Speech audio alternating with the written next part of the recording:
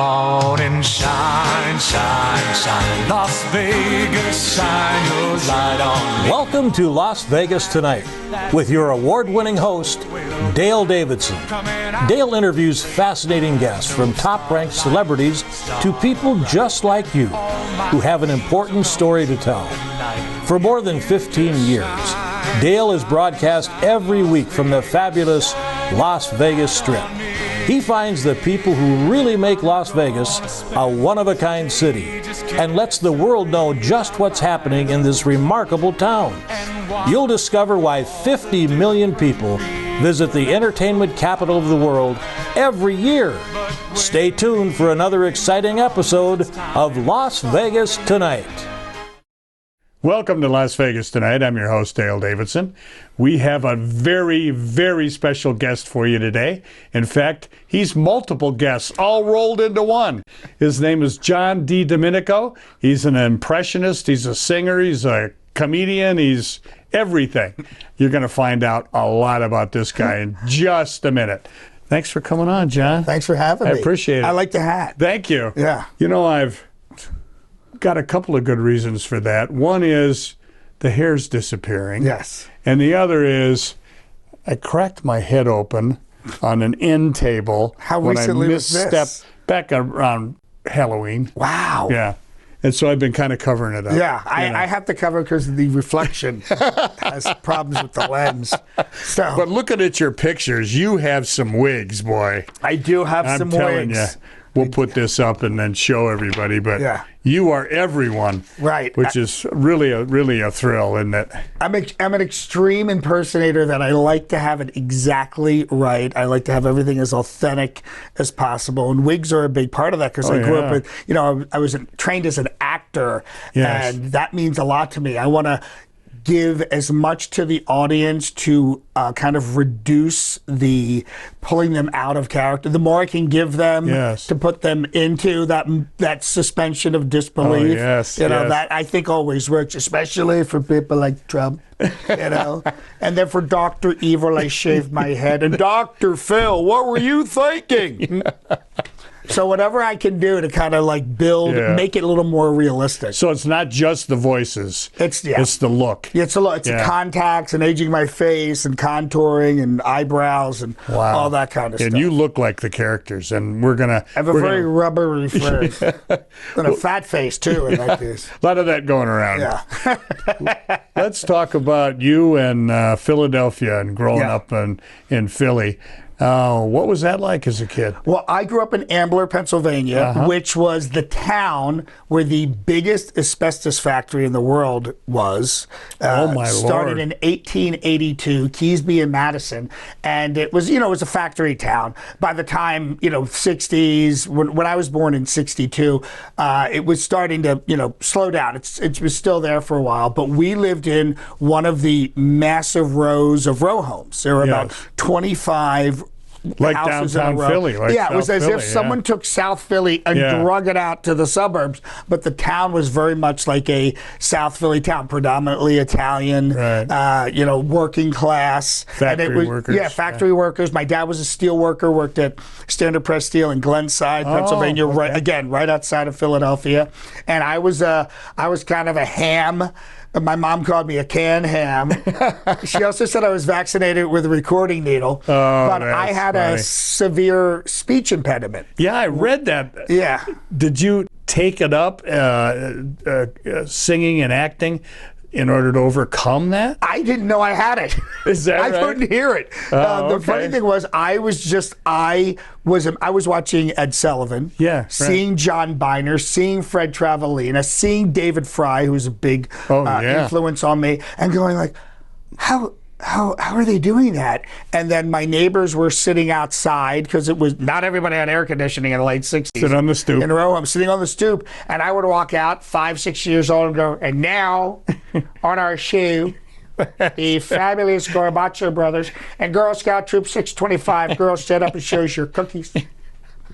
So my adult neighbors would just howl and laugh, and they thought this precocious 5-6-year-old was so funny, and I got a lot out of that. I got a lot of affirmation and kind of empowerment. Sure. I loved making people laugh.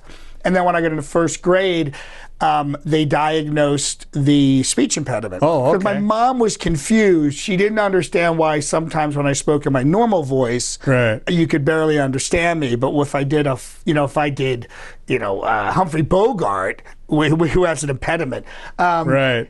she could understand me. So that was a big help. And then over 8 years, 2 times a week during the school year, I went to speech therapy, and I got to work with these amazing speech therapists and speech pathologists who corrected my speech and at the same time had to walk me through, how to retrain me how to speak. But in that, they were teaching me how to do more voices. Yes. How, throat Purposely placement. or? No. They had no idea. Yeah. They were just trying to fix everything. So they were Yeah. giving me this tool chest Right. so I could speak properly, be understood. It was Sure. frustrating not being understood. But now I could go, well, if I can do this with my own voice, Yes. then I can do anybody. Oh, yeah. So it was a matter of throat placement, nasal placement, the vocal mask, where your voice should hit properly when Oh, you sure. speak, over enunciation. And, obviously I'm probably best known for my Trump and my Austin Powers, baby, yeah. But with Trump, the thing about Trump is he's like the perfect character for this, because he's everything I learned from the speech pathologist, the over enunciation, believe me, right? Am I right? The nasality, because the Northeast, Oh, yeah, hard that New York onset, thing going on. all these elements Yeah. that come together. So he's like, I always use him as like a great example when I'm explaining this, because you've got to take all that stuff and it's all got to work at the same time. But they always had me over enunciating, and if I wanted to do an accent that day when I was getting therapy, they loved it. If I Sure. wanted to do a British accent, and because I liked the fact I could manipulate my voice and make sure I'm doing certain words a certain way. And if you do an Aussie voice, it's much lower when you speak, from Australia. And they love that, because they were like, oh, this is great, because they were understanding that I was understanding that it was working. So it was kind of this great blessing. And I always say, my disadvantage became my unfair advantage. Oh, that's great. Yeah, That's so, great. And I love to do it. So it wasn't like I wasn't hiding my light under a bushel. I was out there annoying people, with And being the funny kid in class. being the funny kid in class. And the first Yeah. dollar I ever made was from a Sears delivery truck, and my kid, my neighborhood friends would go, he can do voices, and these guys are like, oh God. And I stood there and I actually made them laugh, and they gave me $1, and I Wow. framed that dollar. Oh, do you still have it? Yeah, no, unfortunately, I think I spent it. Things were He has the tough. first dollar he ever made, folks. Yeah, and things were tough in the 70s, if everyone remembers. The recession hit us hard, and my dad was a steel worker. yeah. So he was furloughed, which was another term for laid off. In the 70s. Oh, my. Yeah.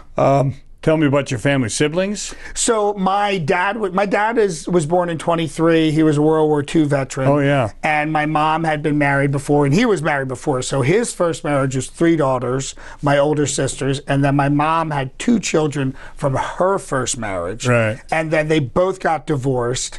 And and we're in Ambler now in the row homes. It's 61, 62, Right. and the row my father was living in with my Aunt Rita was right near where my mom was living, in a basement apartment. At the ends of the rows, they had 3 apartments. These houses were tiny, but these apartments were like shoe boxes. Oh, jeez. So my mom was living, catty corner to my father, and they went out on a date, and they got married, and Wow. that was it. Then I came along, and then my 2 biological brothers, Michael and Stephen, who are twins, who are fraternal twins. Oh, okay. Okay. So they are day and night in every conceivable way. So we grew up with me, Michael, Stephen, my mom, my dad, and my brother George from my mom's marriage, and my sister Carol from that first marriage. So you weren't the youngest. Oh no, I was Yeah. I guess a standard middle kid, but Yeah. with older siblings, you're kind of exposed to a lot of different stuff. So that was yeah. great. Now, the influences in the 60s, the Beatles came along, and the British invasion. Did that influence you? Were you doing those guys? It's interesting you mentioned the Beatles, because my sister Carol loved the Beatles. Oh, yeah. And when you think about how big the Beatles were. Huge. Every week Yeah. in the Philadelphia Inquirer, they would release a 8x10 of one of the Beatles. Okay. And you would collect them. I mean, think about that now. Oh, 8x10s of One Direction or whatever it is, that's K-pop right. band, but that's how big they were. And I remember seeing those guys, and then I would see them on interviews and how they, the That Liverpool accent. the Liverpudlian, jingly jangly things. And I thought that was so. I loved to this day the English accent. And my sister's now lived in England for over 35 years. She's in really? Somerset. Yeah. Oh, okay. So it was one of those things that got introduced like early on because of them, and then our PBS station started showing Monty Python, and I loved comedy from the time I was. I really loved. I mean, Buster Keaton, Harold Lloyd, Charlie Chaplin, but then I saw them doing comedy. Monty Python, it just seemed totally inverted. Yes. I was like, wait, I'm laughing at this, but I don't even know why. And I just References you don't understand. Yeah, I don't understand. But, yeah. Why is this man slapping this other man with a fish? But it was so funny. So that was an influence on me, and I still love British humor to this day. And then Mike Myers came along years later. Oh, sure. His parents were from Liverpool, and he was doing, Wayne from Wayne's World. So it was like, all right, excellent. Hi, I'm Wayne Campbell from Aurora, Illinois. Excellent. Swing. And then he birthed Austin Powers, which to me, and I did Austin Powers. That's one of the all-time greats. Oh my God, I did him for years, and People Magazine did a really nice story on me because I was doing him all over the country. But I was like, the man's a genius as far as I'm concerned. And I love the whole effervescence of the Austin Powers character, baby, yeah. Because I've been doing him since '97, baby. When I first started doing Austin Powers, I actually used my own hair. That's how long ago that was. That's how long that was. I didn't last very long. That's when the first time I really need to buy a wig. Oh, that's funny. Yeah. That's funny.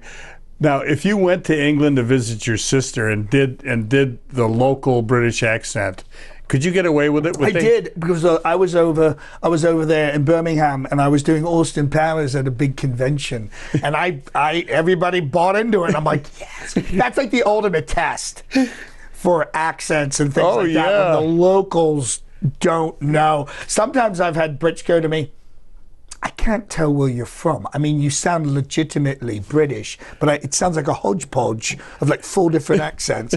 And I thought, it is, because I don't know, I don't know Newcastle from Essex and this thing and that thing. Yes. I'm just doing an impression of Mike Myers' impression, but I've learned much more since my sisters lived there.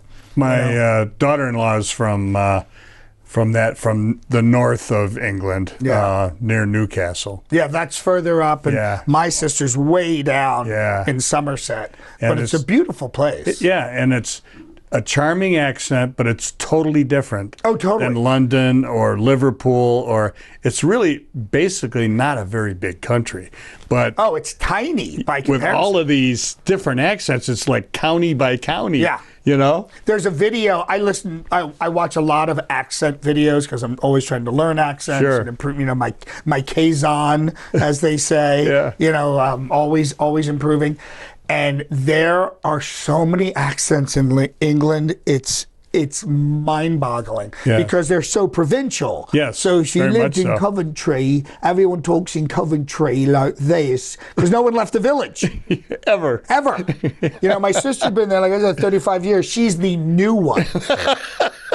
I was like, wow, they take a long time to accept people. Yeah, that's right. Yeah. And her house they'd refer to as, the Browns' home of 1837, or whatever it was. Yeah. But she married a Brit. My niece and nephew are British, he sounds like Jude Law. And I love nothing wrong with that. Yeah. Well, he's great. I love talking. His name is Christopher Dauncey. I just love speaking to him because his accent is a little different because they've moved around England before they settled on Somerset. Oh, that's really wild. Yeah. Now, have you ever gone to a dialogue coach? I've worked do you just do it on your own? No, I do. Well, I probably, if I'd probably never gone to a therapist, a speech pathologist, I probably never would have done this.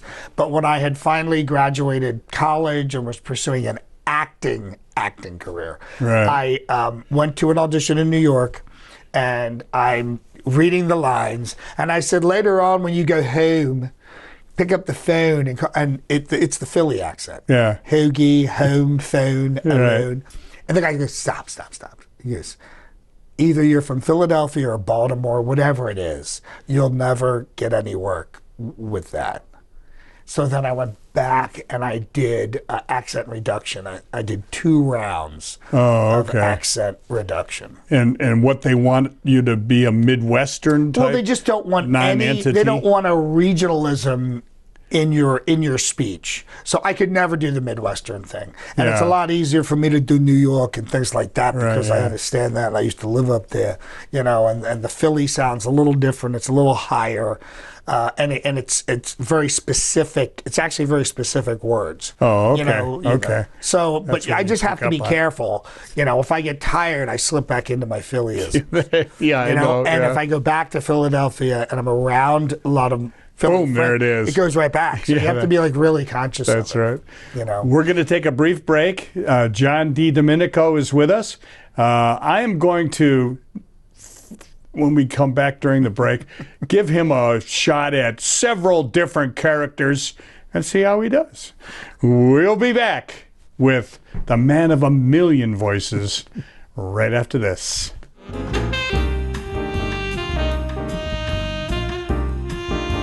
Hi, I'm Dale Davidson, host of Las Vegas Tonight.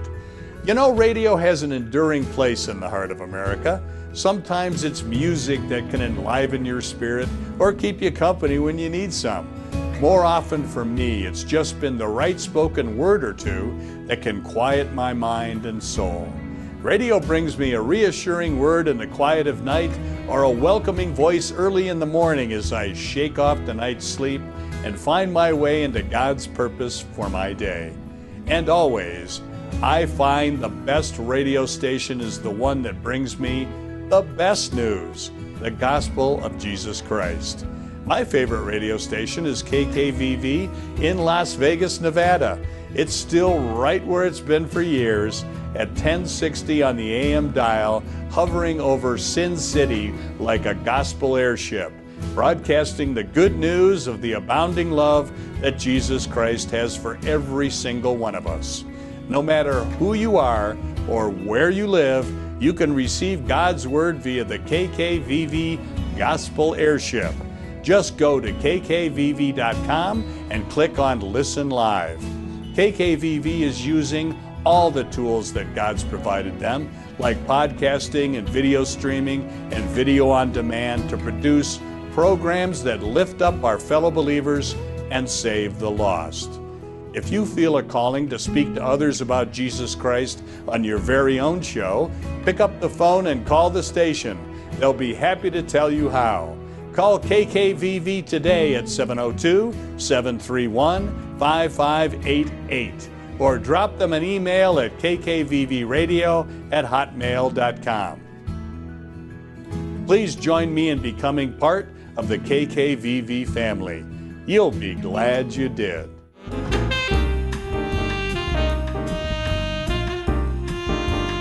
Welcome back to Las Vegas Tonight. I'm your host, Dale Davidson, and very pleased to have John Didomenico with us, the man of, well, I said a million voices. Maybe it's 2 million by now. He is really something special, and we've learned a little bit about the mechanics of how you do your work, which is interesting. Yeah. You really have to work at this, don't you? Yeah, you really have to work with it, and I'm very lucky that I can hear my own voice. Yeah. And I talk about this when I do keynotes, that we are built not to hear our own voices. Yeah, well, we got this big thick thing in the way. Yeah, and if we hurt ourselves, we drive ourselves crazy. Yes. So most people don't hear they have no idea what they actually sound like, and when they hear themselves recorded, they're like, I sound like that. That's terrible. That's horrible. I hate my voice. And the only thing is because you don't hear it, and the way you do hear it, if you think about it, it's in your head, and there's a lot of soft tissue, and it kind of softens the sound of your voice. So when you hear it, it sounds very hard and foreign. But I know my voice well enough that I can make those manipulations and those changes, and lower my voice if I have to, and higher my voice. And so it's that kind of all those little adjustments for every voice that you do. And I always like to research the voice as much as possible. The phraseology where they're from. Someone like Jay Leno. Hey, you guys doing good to see you. Okay. Jay's got a little bit of a, little. He has a thing. lisp. Yeah, so he's got a speech impediment, and he's in Boston, of all places. We don't live in Boston. So I try to add a little Boston in there in the voice, try to be true to how the person speaks, because he's one of the rare people who he really does go high, and then he goes low. Right. So he's got that going on. So I want to make sure I cover everything in every voice, and make sure I can hear it in my head, and then record it, and then hear it back, and then if I'm doing the physical thing, then we build out the wigs and the prosthetics, whatever has to be done. And do you sing as the characters? Yeah, I do. Yeah. I've sung Crazy Train. I've actually sung What's New, Pussycat is Austin Powers from the swinging 60s, baby. Yeah. Because I'm a trained tenor, and I would love to sing more. Oh, yeah. I'm singing around the house all the time. Sure. Which is good vocally, keeps the voice nice and warm. Today, my voice, for some reason, is really dry, so it's a perfect day to do Bill Clinton. Hey, how you doing? Good to see you. Hey, have you seen Hillary? Neither have I. That Good stuff. And one of the things, like with him, I noticed, because I've seen him speak, and I obviously watched him on television, I noticed he empties his lungs. Goes all the way to the end until he runs out of air. So at the very end, if you listen closely, he's just pushing his voice out. No, there's no oxygen in his lungs. And that's why he sounds so strained. Oh. So I'm always looking for those things in the voice. Like, what's the giveaway in the way that they speak that I can kind of inculcate, make that part of the impersonation or the impression. What you do, and I've seen a lot of your work on social media, so have millions of other people, by the way. You said you had 6 million followers on TikTok? 6 million on TikTok, yeah. Wow. What you do that impressionists often don't do that well is you're funny. The jokes, the gags, the writing. Is that half of the job? Well, making a funny joke out of it? I'll tell you what. For me, it's really important not to just do impressions. When I was a kid and I'd see all these people, Frank Gorshin, who I got to meet later in life, a lot of them would just go, and now Jack Nicholson. They would turn around, hey, how you doing, pal? And that was it. Yeah. And I was like, that didn't, like, for me, I was like, it's almost disconnected. Then I was 12 years old, and I was in Ambler, where I live. At 12, I wasn't on the road yet. And soon to come. Soon to come. But I went in the Ambler record shop, because I loved to go there, and he was playing David Fry, Nixon, A 4-Year Fantasy. Oh, yeah. And I'm listening, I'm going, first off, it wasn't music. Secondly, I knew it was an impression. I'm like, what is this? And he showed me the album. I bought that album. It's literally one of the first albums I ever bought. Yeah. And David Fry. He was so good. He was so good. But what he did, and this changed everything for me, and probably had a major influence on me, is that album is narratively structured. You meet Nixon here, and it's a whole story of what goes on during Watergate, and it ends here. And all of the impressions move the story along like a movie. The Godfather, Mr. Nixon, you never come to see me. You never write.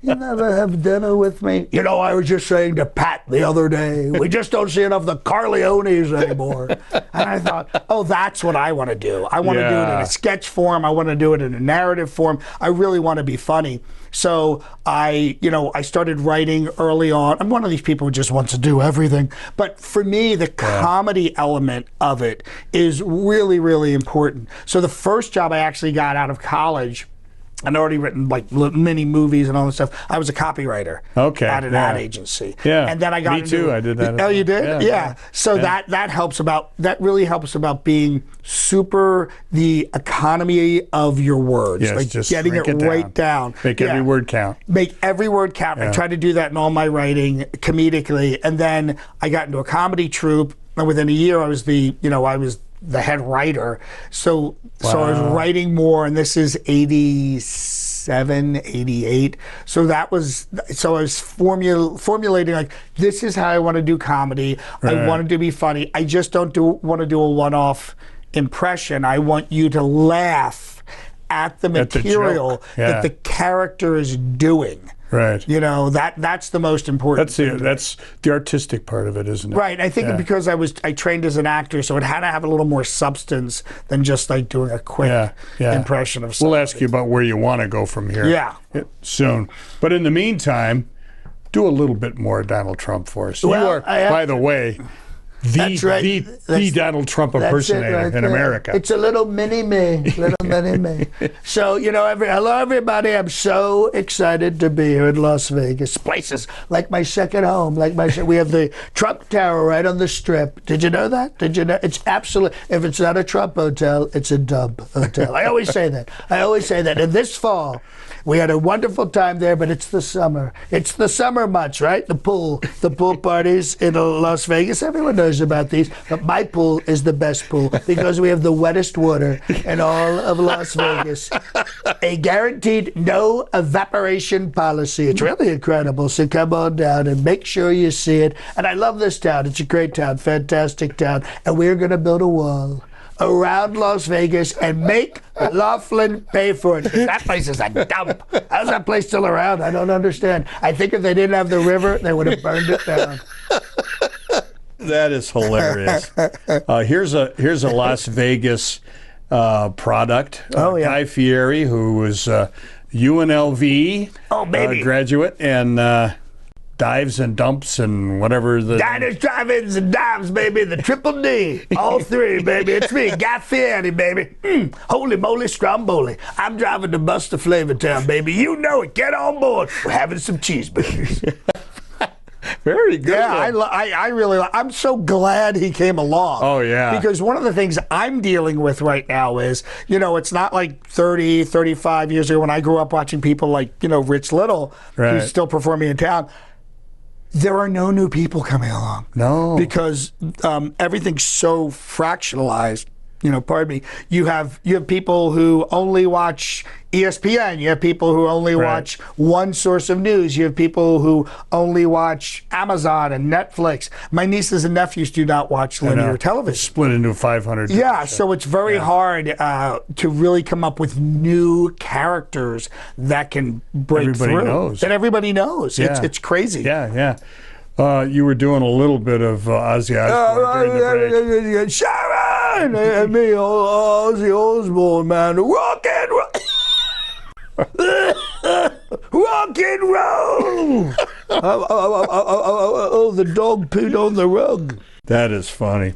I love Ozzy. One of my favorites that I've learned a great deal from as an interviewer is Larry King. Larry King live, coming to you live from Florida, folks. 6 wives, 7 heart attacks, garlic. It's unique. We've got Charo for the full hour. We'll be right back. I got to work when I did the series. Let's Be Real. That was a series on Fox with the puppets. Yeah. I worked with Larry on his very last professional appearance on television. Right? Wow. And I walked him out to his car, and he died, I think, within 6 months. Oh, my Lord. But I was so honored to meet Larry King, who had met everybody. Yeah. And he was not doing well, but he wanted to do this show because it was a comedy show, and we were sitting there, and he wasn't doing great. But man, the director called action. Yeah. When the director called action, he just came alive, and he delivered his lines. And that was me as Trump and him as Larry King. He hit every single one. It was really incredible. He was so good at it. He was great. And and the questions, you talk about content, he always had them. And you know, the joke was always, if he was an anchor and he called out to the field, to a field reporter doing a story on a fire, instead of it's a 333 alarm fire with the involvement and so many trucks, he'd say, why a fireman? I always like how he hated controversy. I don't care what anyone says. Oxygen is great. You know, he didn't want to touch anything radioactive. I just thought that was hilarious about him. He was great. Now, Dick Clark. We Yeah. don't see him that much anymore, obviously. Right. But I don't. That's think why I can do the impression of him. Hi, everybody. It's Dick Clark.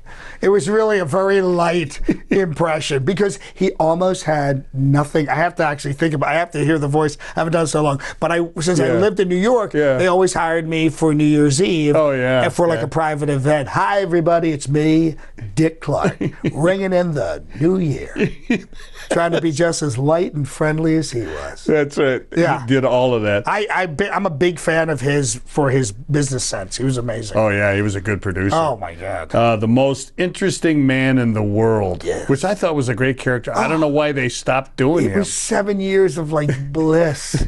It was 7 years. I don't always drink beer, but when I do, he's such a great guy. He was just so fascinating. We all want to be him. I all want to be him. I got to do a lot of training videos and client videos as him. I got to be very sexy. It was just such a great character. Oh, it's a and the wonderful copywriting.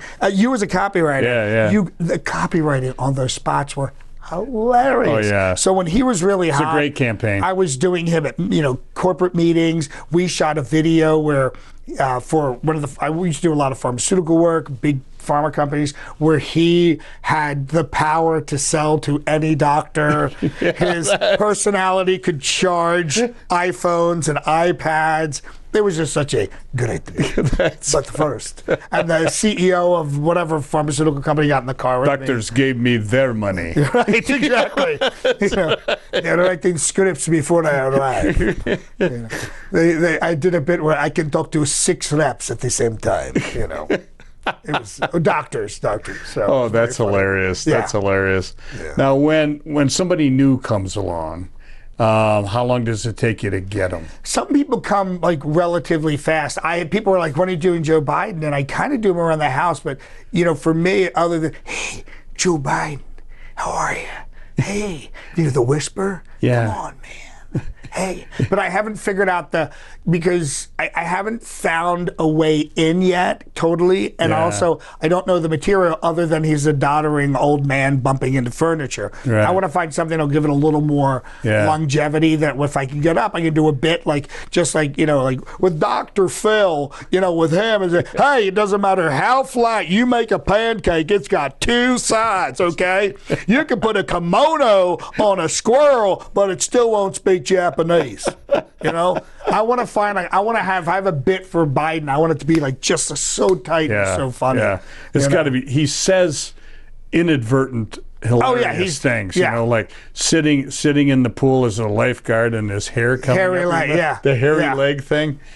I don't know what you do with you that. can't beat like this guy who's like a machine, like a comedy machine. The funniest thing there's so many moments that just are absolutely hilarious with Trump.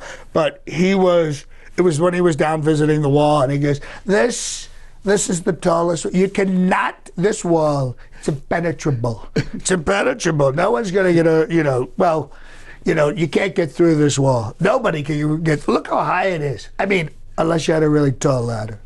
And I just remember thinking, like, that's the funniest thing ever. He's talking about how great, unless you had a really tall ladder. I was just thought that was so funny, He has great comedic timing. Yes. The best. It's a funny. I heard 2 comics talking about him saying, does he really want to be president of the United States again? And the other He never comic, wanted to be president. No. And the other guy says he just wants to be president of the room that he's working at that moment. Yeah, that's how he always is. I got to meet him back in '90. I co-hosted his 55th birthday. Wow. But I was Austin Powers. I wasn't him. Yeah, so I've got to meet him multiple times, and I've worked for him a number of times. Oh, that's great. Yeah. We're going to be back with John Didomenico in just a minute. We're going to probe a little bit more this time. And he's just a great guy, isn't he? Funny man. We'll be back with John right after this.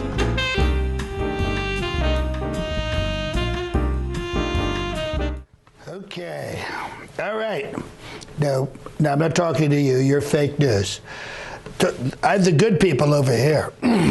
Hello, everybody, and hello, Las Vegas. And look at this turnout. Is this incredible? This is some turnout, right? Right? This is great. It's truly a great honor for you to have me here today at Treasure Island Hotel Casino, owned by my good friend Phil Ruffin. Ruffin, what a great name. Ruffin, Buffin, Tuffin, Muffin. See that? So many great rhymes just from one name from my good friend. And you know, I owned a lot of casinos in New Jersey and made a lot of money. And Phil, I was smart because I got out of there before it went downhill. Atlantic City, what a dump. Not like Las Vegas, though. It's beautiful. Phil's Hotel here is a tremendous Treasure Island Hotel. It's a TI. I guess that makes it sound more sophisticated. I guess. I think it's a dumb name. But the city of Las Vegas does not make it easy to get here, Phil, I have to tell you. But look at this turnout. So many people I know are here today. Some of my biggest donors in Las Vegas. And I'm so excited to be back here in this great city of Las Vegas for another Trump rally. But I'm not excited about the magical traffic drums. I have to tell you, they appear out of nowhere, folks. Okay, the traffic, they get the traffic down to like from 4 lanes to 1 lane. And then 5 days later, they're gone. And no work is done. They just go away, just like COVID, which I predicted, by the way, 2 years ago. This time, COVID would just go away. And now it has, because things do that. They just go away.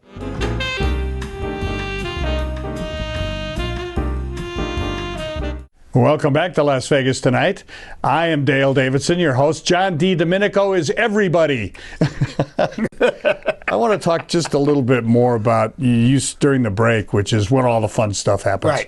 Right. You were talking about perseverance. Right. Giving an example of the actor that was the most interesting man in the world. Right. And you said that, tell that story just a little bit as a good example of what it takes to stay in this business, right, which is a tough racket. This is a very tough racket. You don't know what you're going to do from day to day. You know, you live here. I have friends who open in shows here. It's going to run for a year. Closes in 6 weeks. And it's very disappointing. Now what do I do? You're always looking for work. The most interesting man in the world, Jonathan, I want to say Goldsmith, but I'm not sure. But anyway, he was an extra on Star Trek.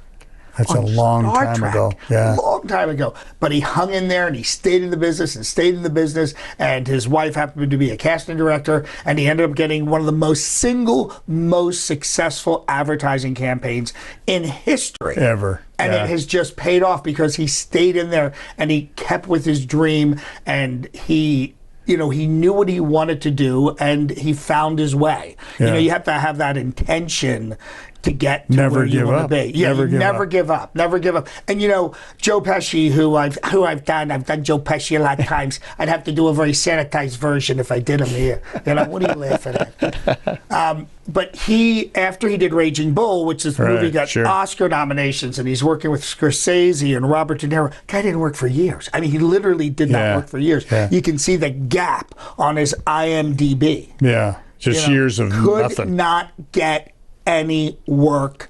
Scorsese hadn't come back to him yet, and he got a movie with Rodney. He got a movie with Rodney. Hey, let me tell you, it's really tough all over. If anybody remembers, the film is set in Staten Island, and that kind of restarted everything for him. And then within a few years, they did what is considered one of the greatest films of all time, gangster movies, other than The Godfather, which was Goodfellas. Yeah. And he was in that and got nominations, and his career took off. And then he did My Cousin Vinny, and all these things changed. Yeah. Casino, the movie. Yeah, if you see him, he said, "Yeah, sure, I wanted to quit. I did quit, but then I got back." You know what I mean? It's one of these things. It is not a business that welcomes you. You have to make your way, and that's kind of what I've done with my characters. Yes.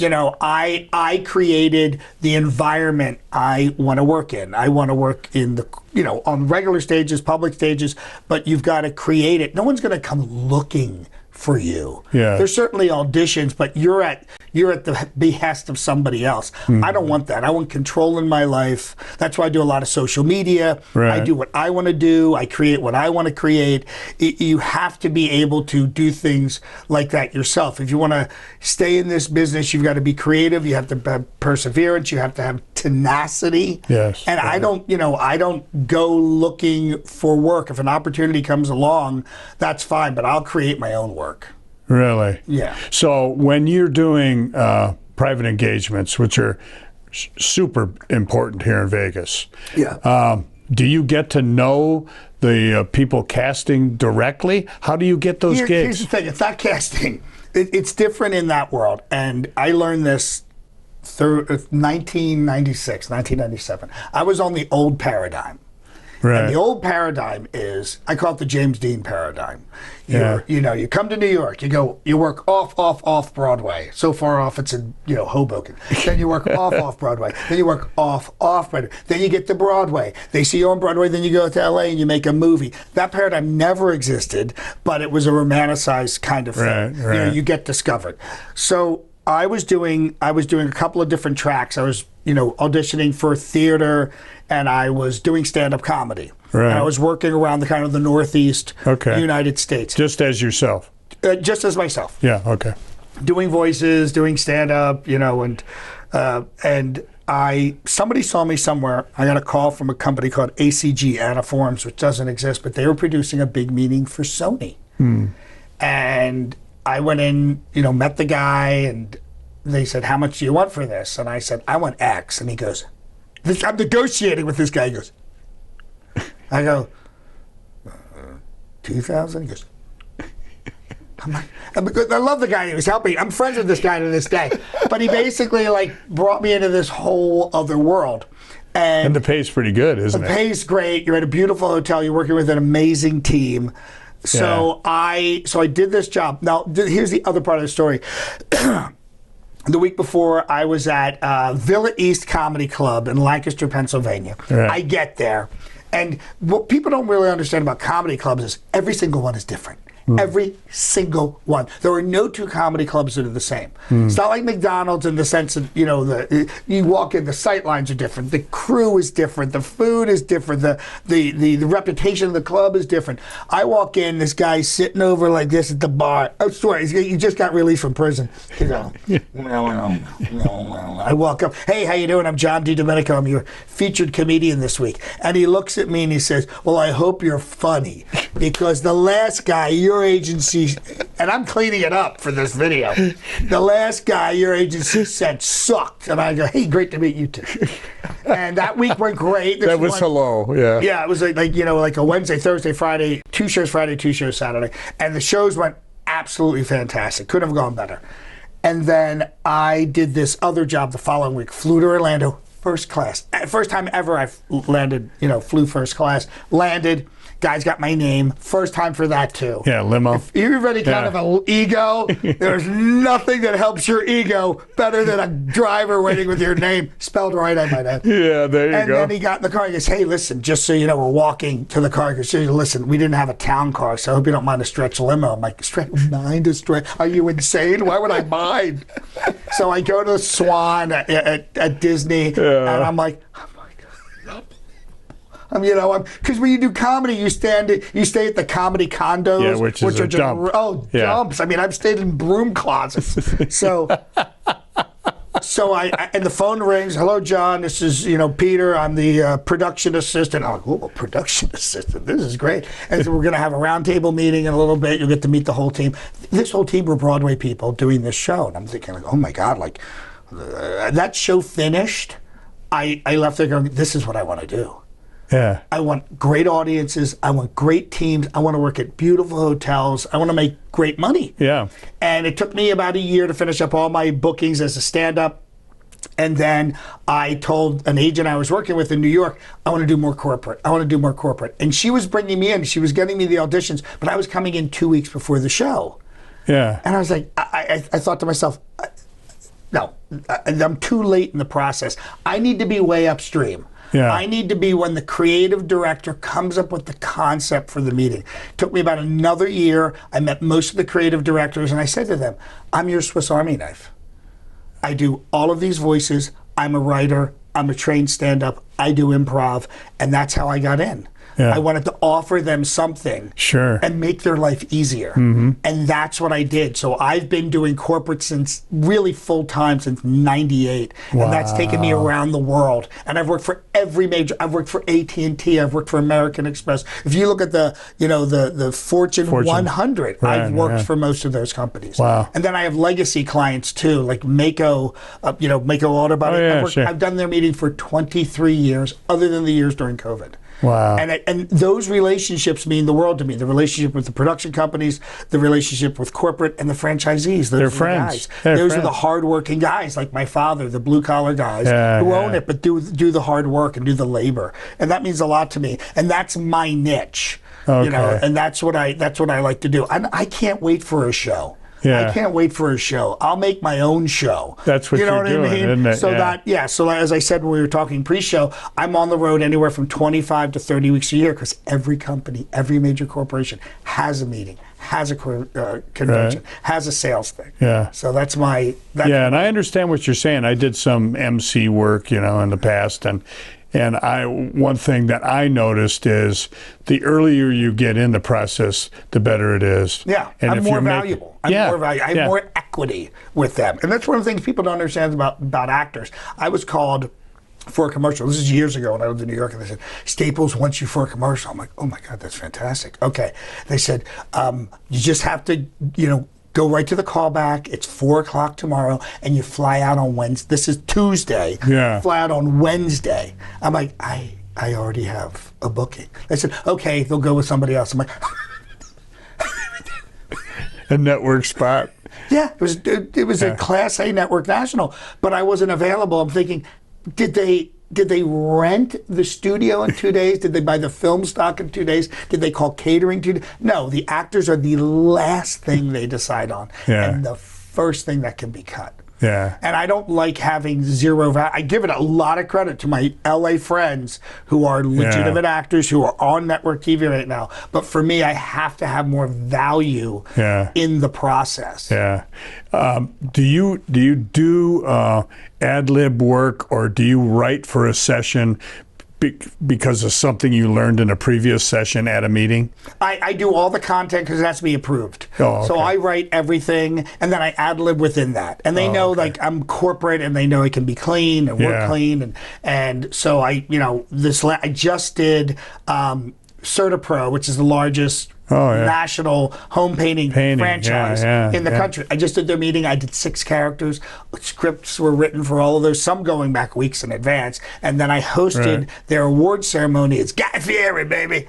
I did the whole thing as Guy, baby. Come on up here and get your award, man. $1 million, baby. That's incredible, baby. That's a lot of cheeseburgers. So but all that was written. I'm working with them months in advance, developing, getting all the material, finding out when. And we're going, we're plugging in the characters. Hey, we have a 5K here. Let's have Ted Lasso host that. Okay. We have, we've got the opening of the reception. Let's have Austin Powers for that. We've got the general session. Hey, let's have Dr. Phil for that one.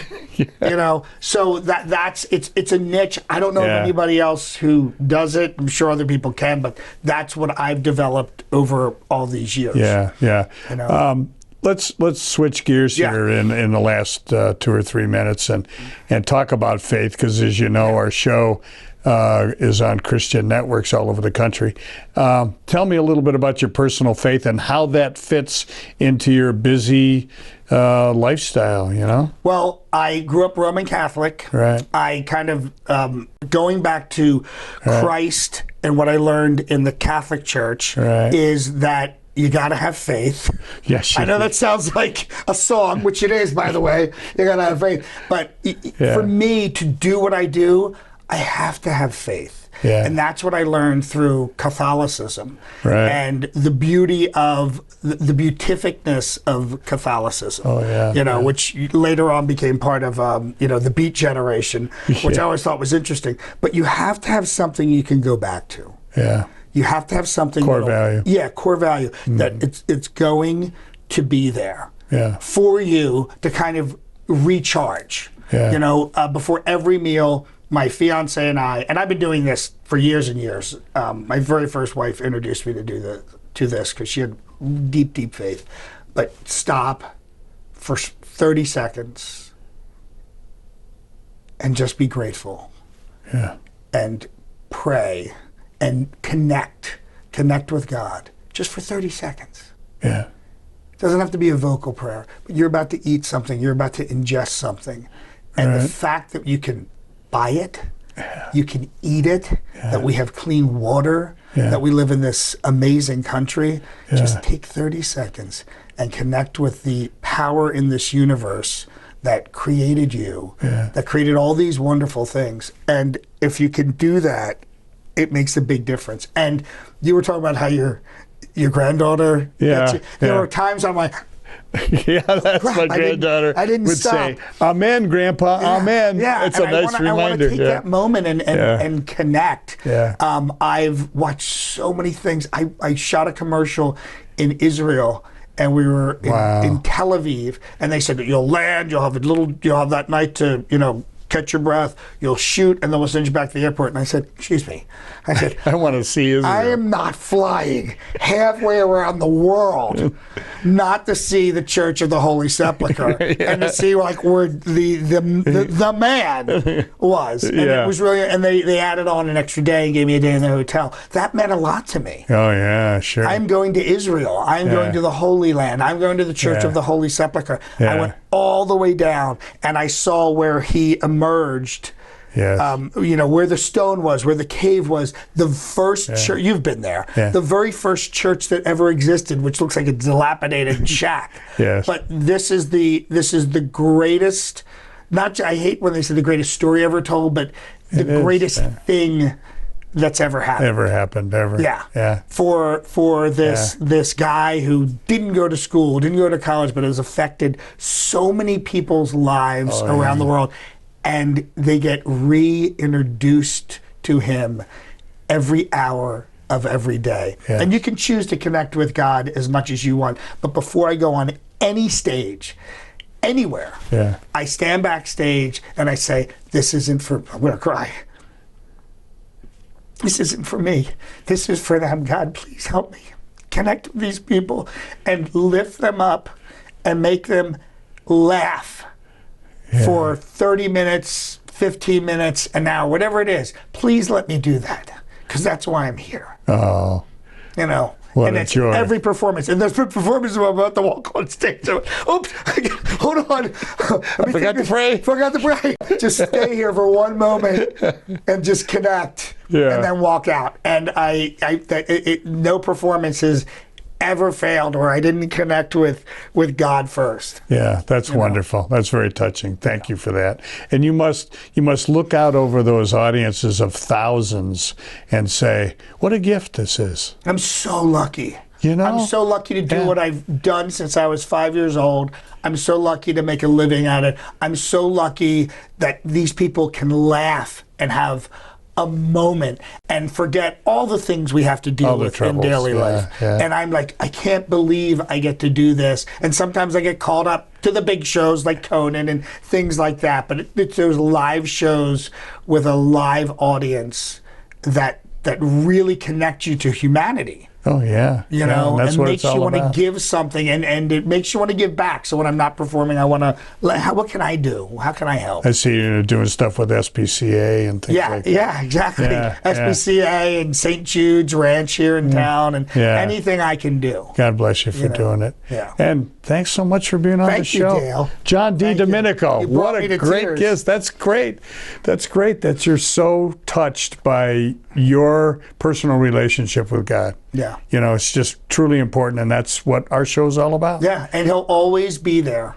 Yeah. Always. Yeah. Darkest times and the brightest times. That's wonderful. John Didomenico. Watch him on a YouTube channel near you.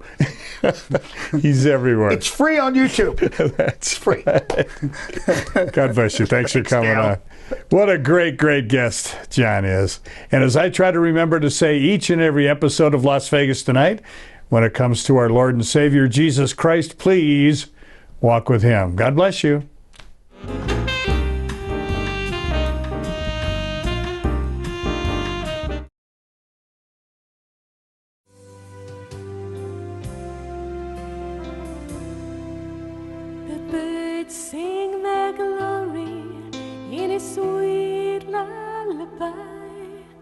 the trees reach out to touch the sun, the wind shapes the clouds that are rolling by as the world gives way to a life begun.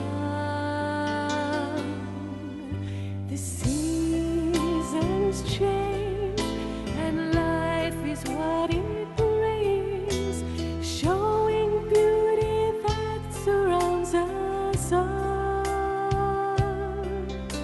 and gives us a reason and a song to sing.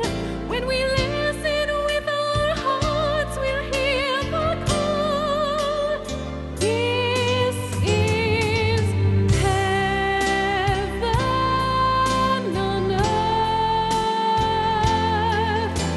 Heaven on earth.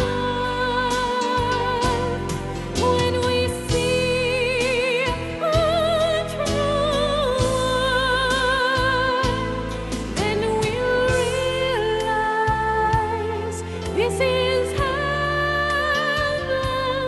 on earth. The children of tomorrow are calling our name, and with the angels lift their voice to speak, saying we're God's children, we are all the same. Open your eyes and you will see this is heaven on earth. Heaven on earth. When we see a true word, then we'll realize this is heaven. This is heaven on